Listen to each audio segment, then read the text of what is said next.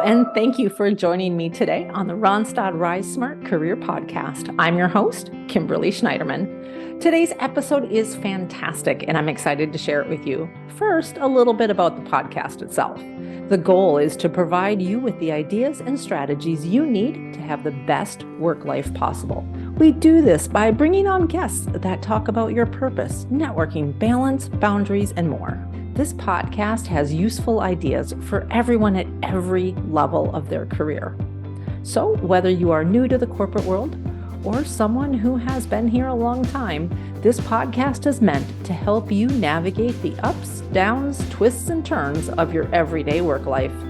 And as promised, today's episode adds to your library of ideas by sharing the experience of Gregg, author of several books, including his most recent, Restoring Respect.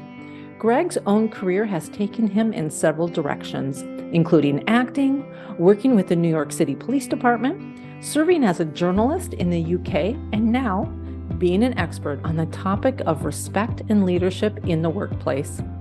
Today, we're going to learn 4 types of respect and also a strategy to use in the moment to help us all respond better to those challenging situations we face.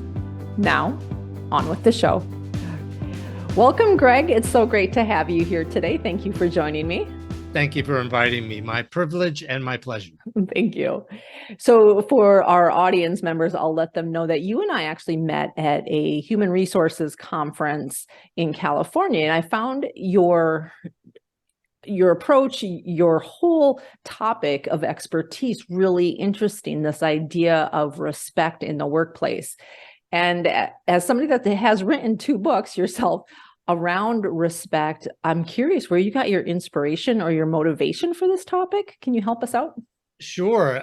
It's a great question. And at the risk of revealing a little bit about myself, I'm going to go ahead and tell you that when I was a teenager, let's just say I wasn't the most respectful young man on the planet. In fact, I was a bit of a mouth and a smart aleck and a wise ass and all those other things. And I had a few run-ins with the police who I did not treat with respect. And then when I started to work in the professional theater in New York City, I fell into a job training police officers in New York City Police Department on how to handle what they call EDPs, emotionally disturbed persons. And I saw for the first time how police officers are treated with disrespect on an almost constant basis. And they're not very good at being respectful to people who are disrespectful to them. And so I began to understand the dynamic of respect and disrespect from a really gut kind of experiential level. And I realized early on, because we were trying to teach police officers essentially how to be respectful to someone who was off of their medications, was emotionally disturbed, was on PCP at the time, that was huge, who was violent. Traditionally, officers would hit them over the head with a nightstick and put cuffs on them and take them to the hospital. Well, that wasn't working out so well for them. And so they wanted to develop techniques that would de-escalate people in a less violent way. And that's the program I was involved in as a professional actor and a writer, director, and producer. We created, for lack of a better word, improvisations with police officers. And we were trying essentially to teach them how to be respectful so that they could de-escalate a potentially violent situation. And we were much more successful than we ever thought we would be. And that began my career of over 25 years of trying to understand how respect operates in the workplace, in relationships. I did a lot of work in diversity, equity, and inclusion, and respect is a core tenet within that work. And I've always felt that if we found ways to respect each other, despite our differences, that we could figure out a way to work together, or we could work towards something together.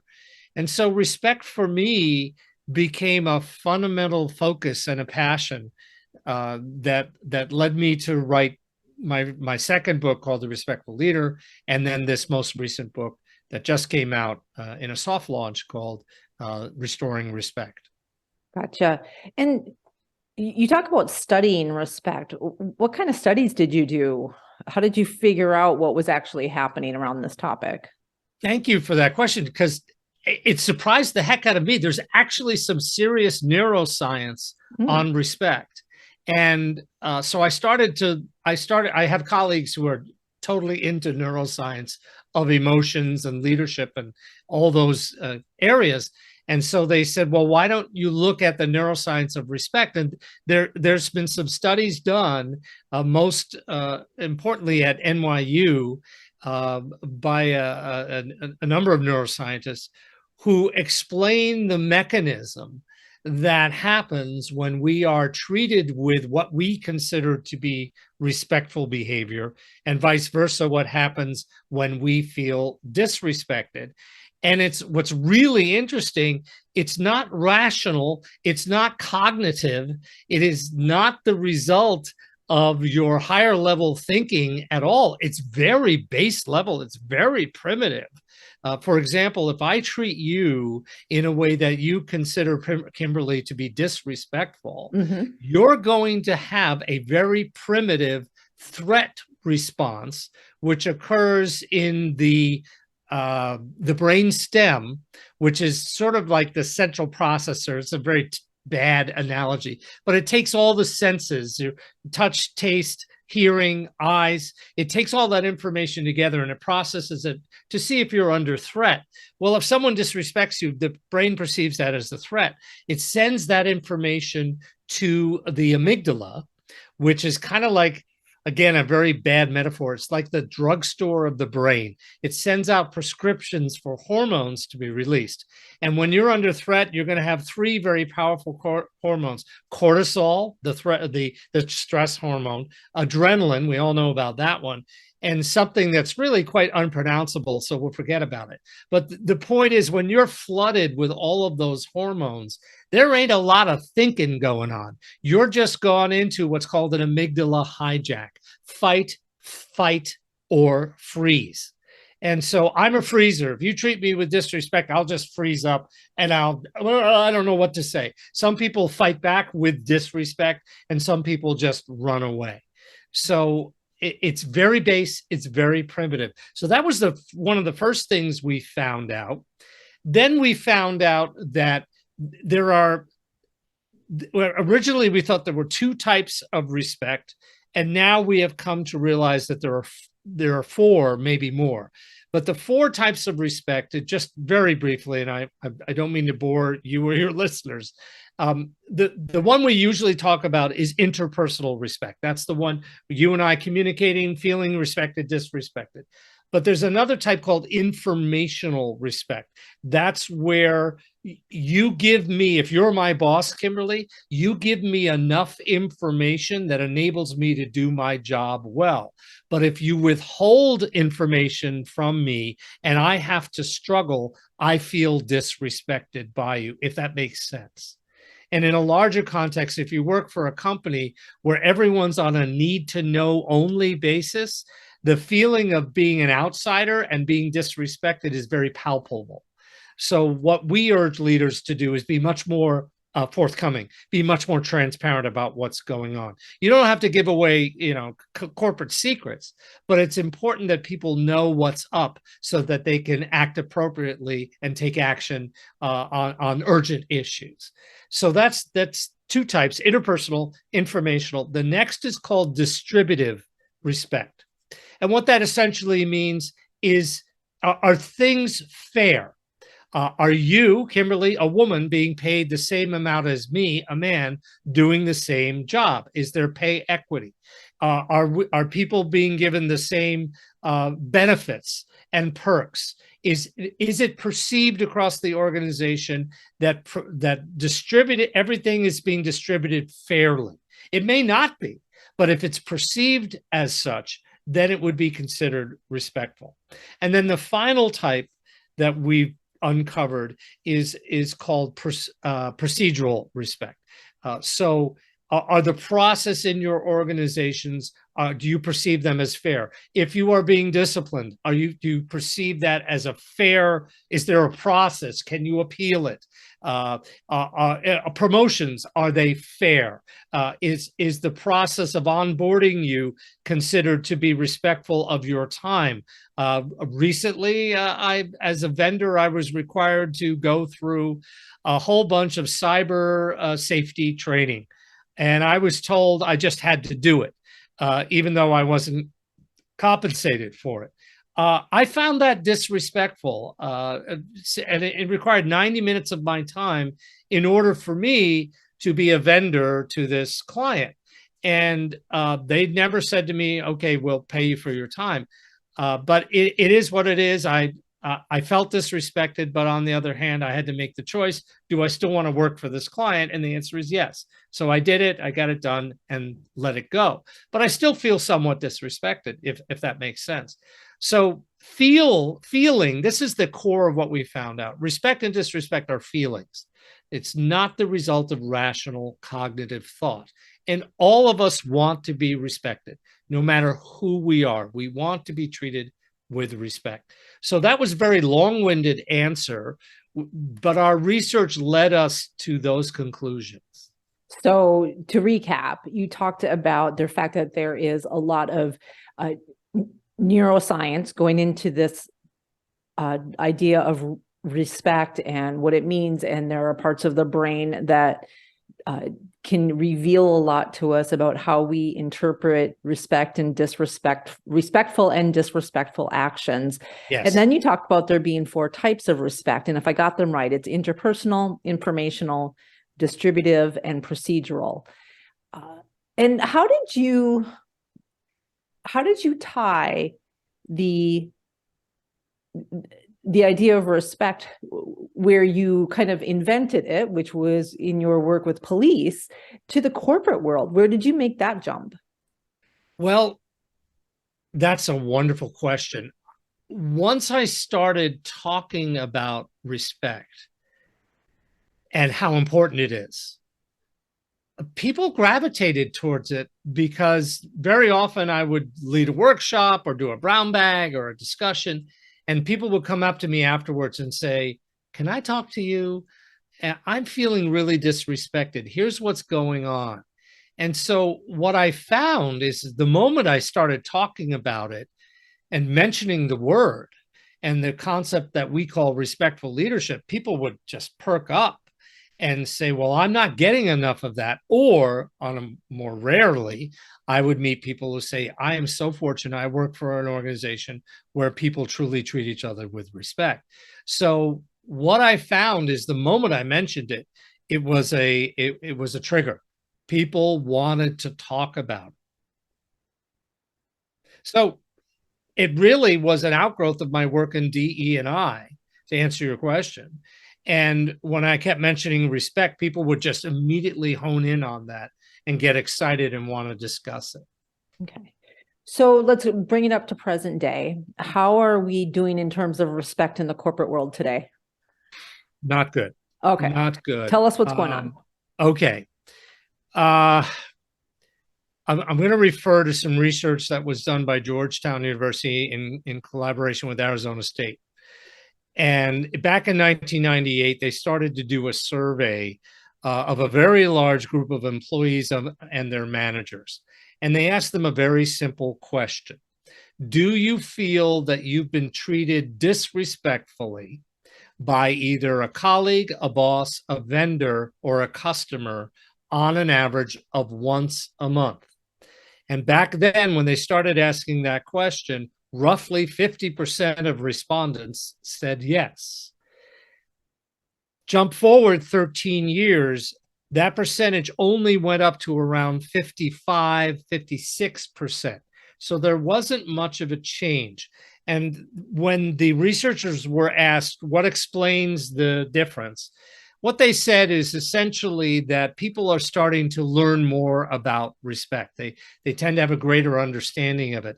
And the the example I like to use is there was a time, and I don't know if you remember this, Kimberly, but I do, when I started out in the workplace, where sexual harassment was kind of the norm. Sure. And kind of expected, and everybody kind of shrugged their shoulders and just there was the whisper network of stay away from that person and all that kind of stuff. But at the end of the day, nothing was really done about it. Well, flash forward now to today, and I think there are many organizations who have a zero tolerance policy around sexual harassment, and they really do mean it. And I mean, it's not that it's eradicated, but we're in a much better place, I believe, through a lot of turmoil on that issue. And so what the researchers were saying, people were learning more about respect and realizing the impact it had on the workplace. But then it jumped up, the respondents jumped up much, much higher to nearly 2/3, 66% of respondents back at the last time they did this, which was 2016, I believe, was the last time they did it. That number had gone up considerably. So the part of the reason was, and I don't mean to be political here, that's not my point, but a Black man was elected president. And that changed the entire societal dynamic. Then we had the Great Recession of 2008 through 2010, the housing crisis. So we had massive layoffs. The concept of cradle to grave employment just completely went out the window. Gone are the days where you can go and get a job and start at the ground floor, work your way all up to the top. That doesn't happen very much anymore. In fact, my millennial children and Gen Z employees, they expect to shift jobs every 2 to 3 years, shift employers, maybe have 15 or 20 different jobs in a lifetime. When I was growing up, my dad had one job his entire career. And so that whole work world has changed. And my millennial children, they went to college and came out of college at the time of the Great Recession. They saw their friends lose their homes. They saw people wholesale layoffs, and they realized that, unfortunately, our corporations have very little loyalty to their employees anymore, and vice versa. The employees said, okay, why should I be loyal to a company that's going to lay me off in a heartbeat the moment things go sour? So everything has changed. And the election of Obama and all the things that happened around that was just part of the change. The other thing that happened was this. I mean, we now all have access to instant information and data. For the people listening to today's podcast, Gregg is holding up his smartphone. Yeah. Oh, yes. I apologize. Yes. We all now have instant access to tons of data and information. And we now know what's going on in the world in a heartbeat. So the point of what I'm trying to say is there are many, many reasons why we're in a bad place right now. Politics has part to do with it. Our politics is very toxic, as you know, very polarizing. And we could gone are the days of us saying, I leave my personal life at home and I only am a certain way at work. That's gone. That's gone. The pandemic blew that out of the water. So things have changed demonstrably. And we're now in a place where public disrespect, we're seeing, our data shows that we're experiencing more public disrespect towards, in the public space, grocery store, coffee shop, out on the street. We're experiencing more of that now than we have been since the height of the Vietnam War. And back then we didn't have our cell phones, we didn't have computers and all that. So we're in a heightened environment. And gosh, I'm going on and on and on. I apologize, Kimberly. Well, I am gonna interrupt you and say, how much I agree with you. And I do some trend study research myself, and I know, and I saw a graph recently, I think it was by Burson and Associates, where they talk about the business-centric environment versus the human-centric environment, work environments. And for those of us that perhaps came into our careers during that time of that business-centric environment, we had probably a lot less expectation of respect in the workplace. And now we have this heightened awareness of what respect looks like and what it feels like. And on top of that, We have access to so much information out there about other people's behaviors and choices. And it can probably lead to situations where we see disrespect in a lot of different ways. So let's shift gears and talk about, what do we do? And so for our listeners that want to make sure that they're being respectful to their colleagues, to their peers, to their managers, to their supervisors, to their direct reports, if they have direct reports, let's talk about some of the things that they do.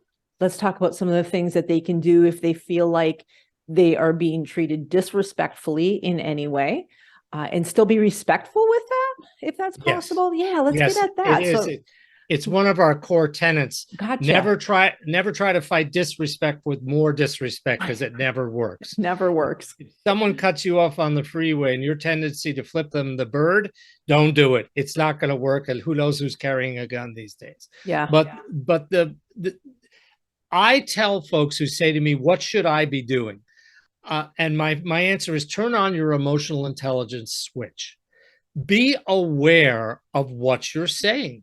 Be aware of how you're interacting with others. Are you remembering to say please and thank you? Are you remembering to be appreciative of others who go out of their way to help you?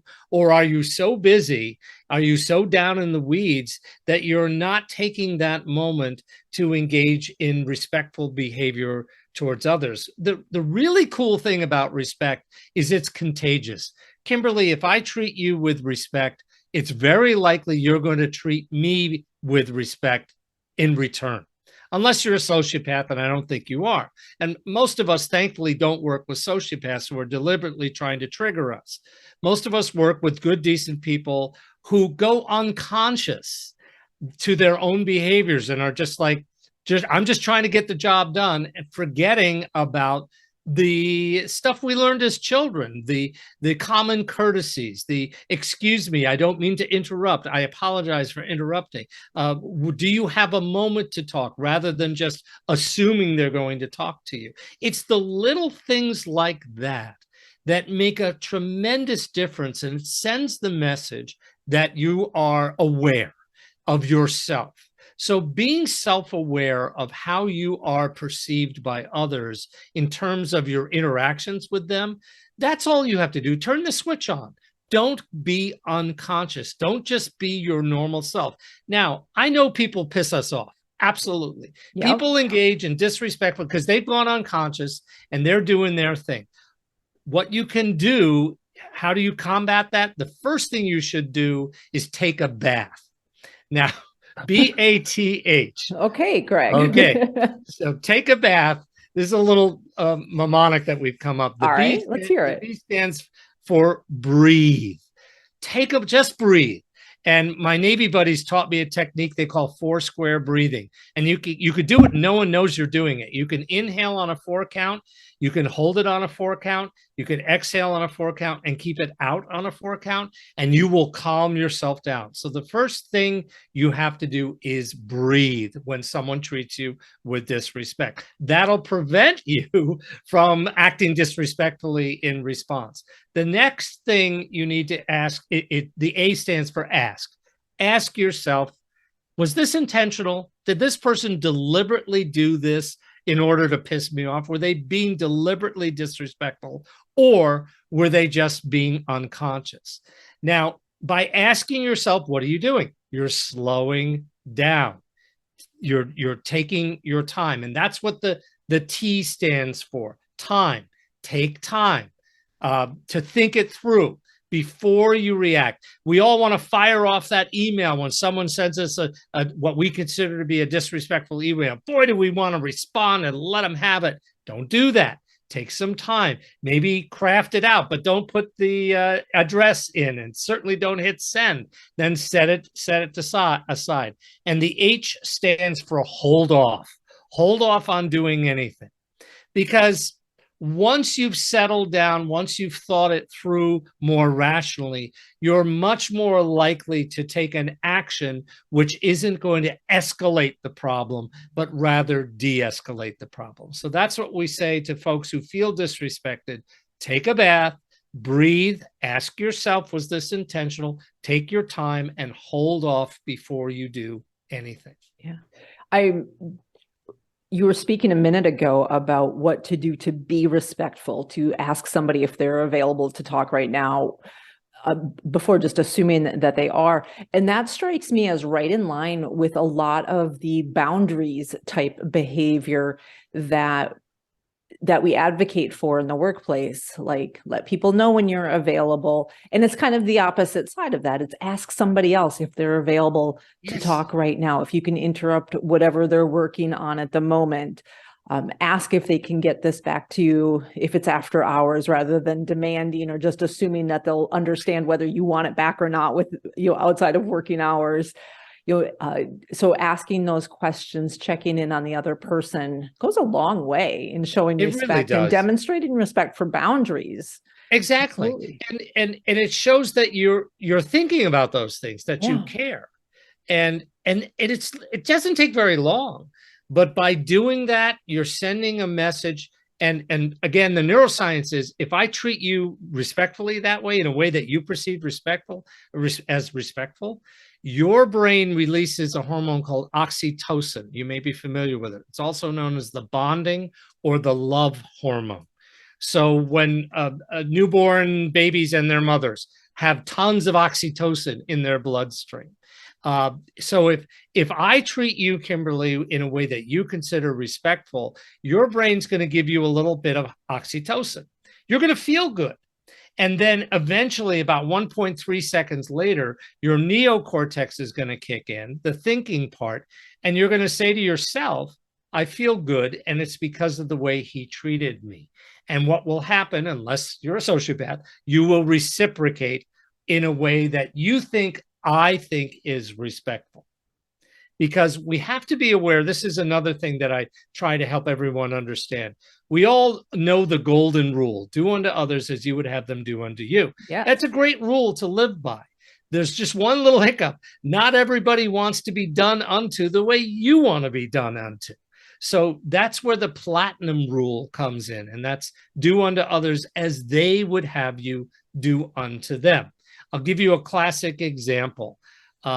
Kimberly, you've written your name on the screen as Kimberly. If I just assume you wanted to be called Kim, would I be offending you? Would you feel disrespected? I admit that it does kind of trigger me just a teensy bit. I've had to learn to get over it. But you're right, it goes along with that idea of how do I want to be addressed versus what a norm might be. Exactly. So all I have to do is ask you, Kimberly, I noticed you wrote it as Kimberly. Would you prefer I call you Kimberly? You're going to get a bunch of oxytocin going in your head, and you're going to feel really good. And if I keep treating you with respect in a way that you perceived as respectful, you're going to put on a metaphorical pair of sunglasses. And on the glasses, it says respectful person. Every time you see me and interact with me, those sunglasses are going to be on. And so confirmation bias kicks in. You will see me as a respectful person.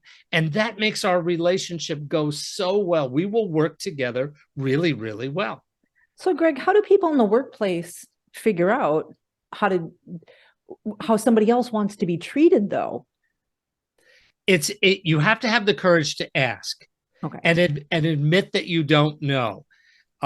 You could start by saying, I don't want to make any assumptions.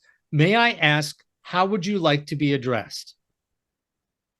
If you admit that you don't know from the beginning, most people will say, thank you for asking. I would like to be addressed as so-and-so. It's when we assume that we know, that's when we're going to get in trouble. So I always say, just ask. Come from a place of not knowing, be humble about it, and admit, I don't know. May I ask? And ask permission to ask.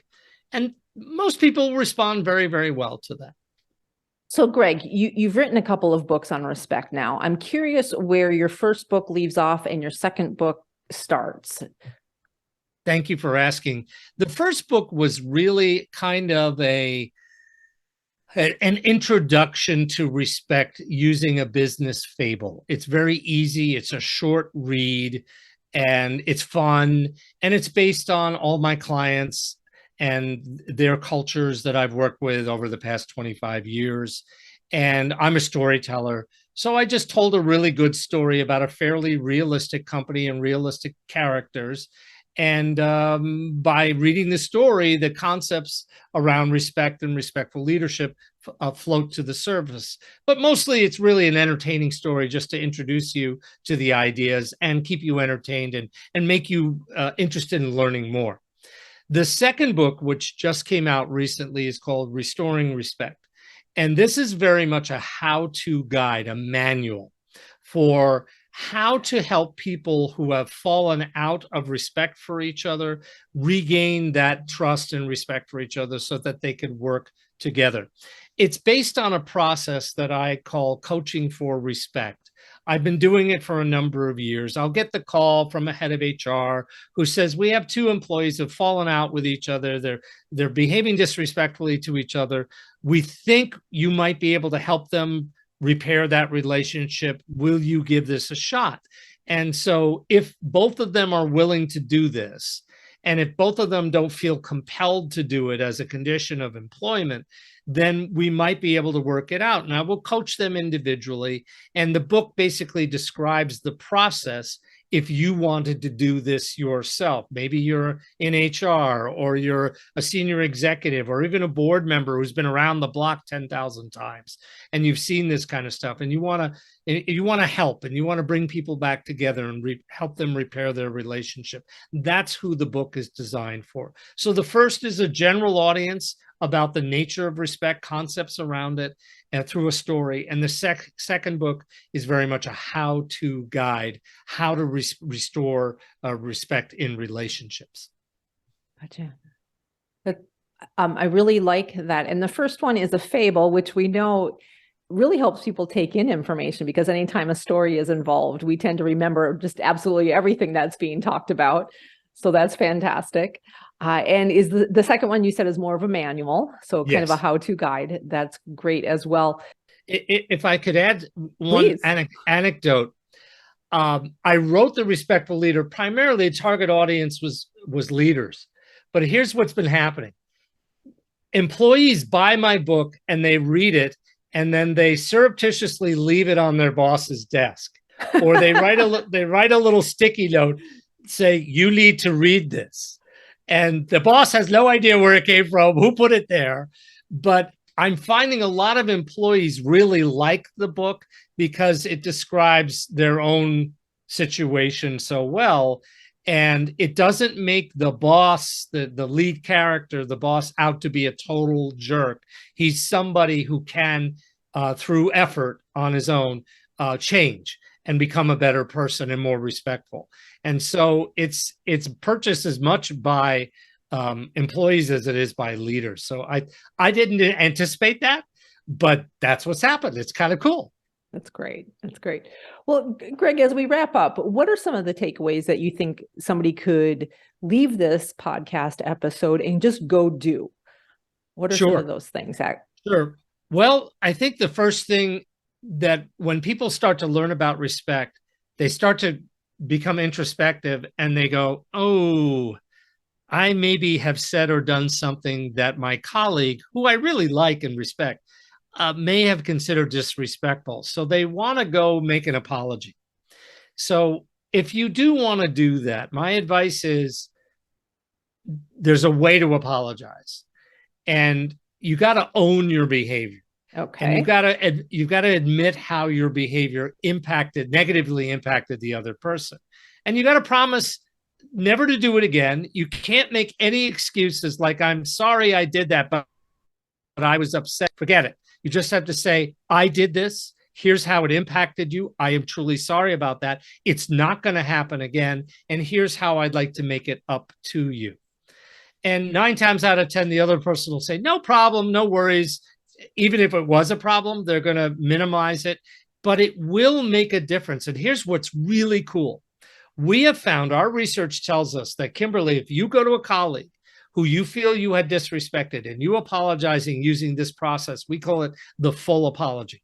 If you've used a full apology and you've done that genuinely from their heart, from your heart, the respect for you by them actually goes up.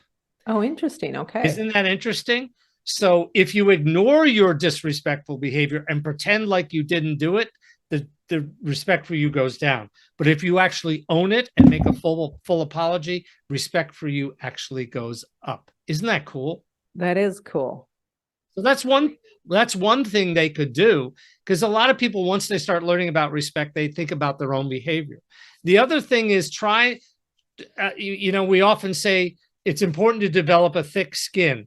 Mm-hmm. And I'm not a fan of that, to tell you the truth. I think it's more important that people who consistently behave disrespectfully learn to become more self-aware. So why should I have to be less sensitive? I'm always told I'm too sensitive. Well, maybe I am, but why can't I turn around and say, you're too much of a jerk?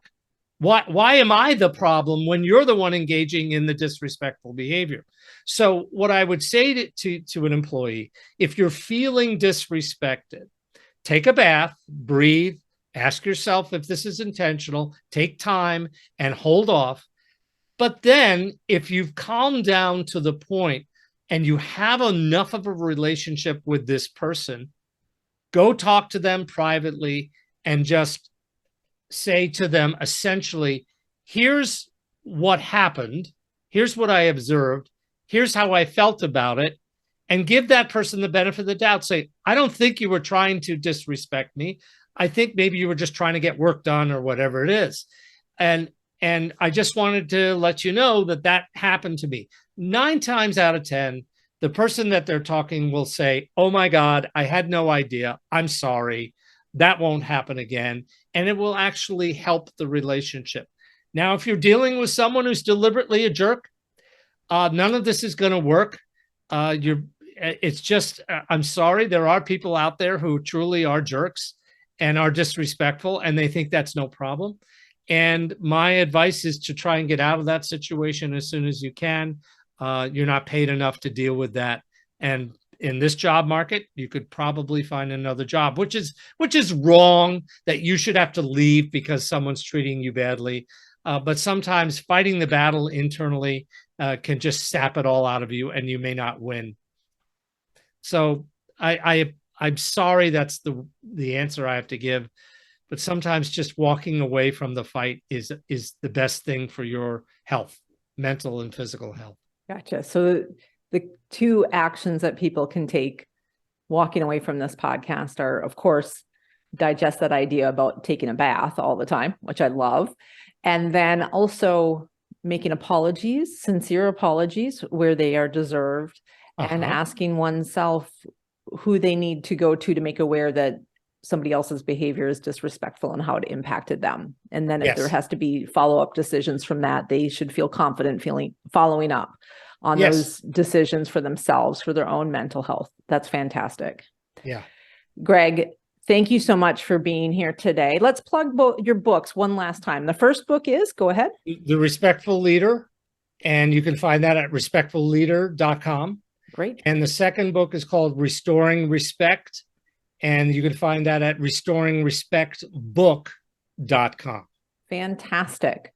Well, I look forward to hearing from readers or from listeners that read your book. Thank you, Gregg.